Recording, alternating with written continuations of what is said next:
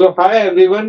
Yesterday we have covered the concept of grid and the creation of grid part, and we have understood the concept of implicit grid and explicit grid, the main internal grid and the extended grid.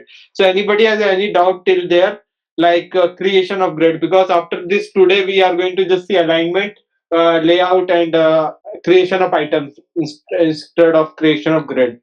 So, okay, so yesterday we have created a grid. We have seen how to create a grid and if something got extended beyond the grid, how it is handled.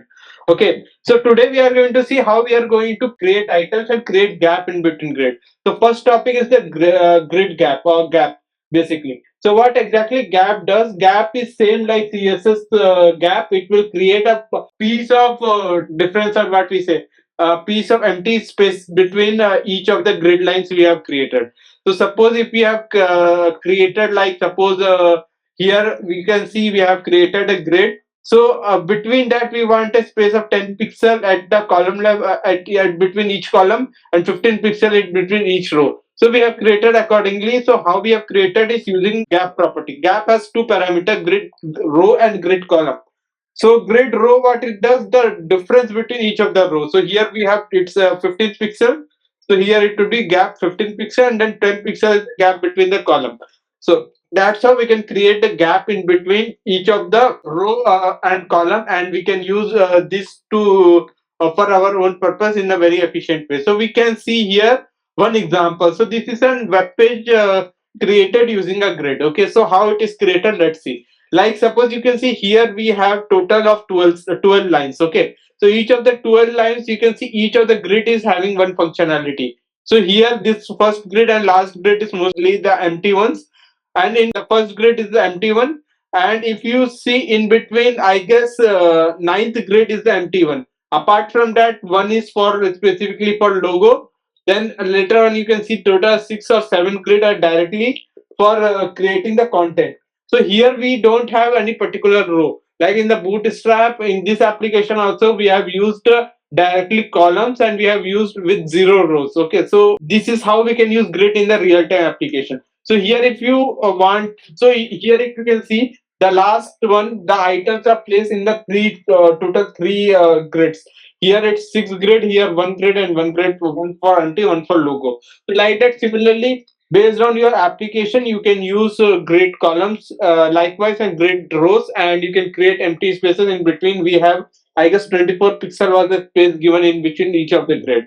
So I guess it could be same similar way we can create more complex grid structure using rows also based on your requirement.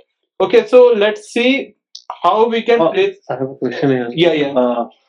As far as I can remember, that we can't use like Gap in Safari browser. I think it doesn't work. Yeah. Gap was not supported in the Safari earlier version, but later on, I guess now it's supporting. In the latest most version, it's supporting. I also remember I have to use margin instead of Gap when working with the Safari OS. Right. Around 1 year before. But I guess now the support has been added in the. Yeah, Safari there is. OS again. It was not there. Like Yeah. the Yeah, yes. it was not preferable It to was use not Gap. preferable to use Gap at that moment, but now I guess it's supported. And Microsoft Edge also have introduced the Gap as soon as Safari has introduced. So I guess now it's cross-browser applicability has been. There's some great properties that Microsoft Edge was not supported even 6 months before, and some of them are Safari are not so. But I guess today, as of now, I have not checked, but almost all of them are supporting the grid main grid properties. Anyone have any other doubt? Okay,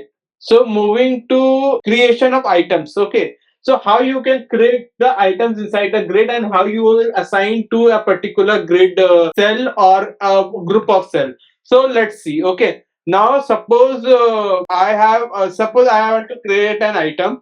So what are the parameters are needed in the grid?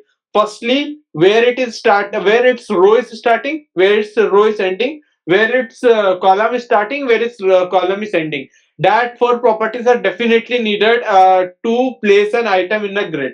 So how we can do it? Either we can start with a line number. Line number, as I said yesterday, it start with 1, 2, 3, 4, or as many number of row, and then negative it is the opposite. So we can see the slide that one today. So whenever grid is created, the first what we say row line, the first line is allotted to number one, then it's allotted to number two, then three, then four, and you can have negative in the opposite sequence.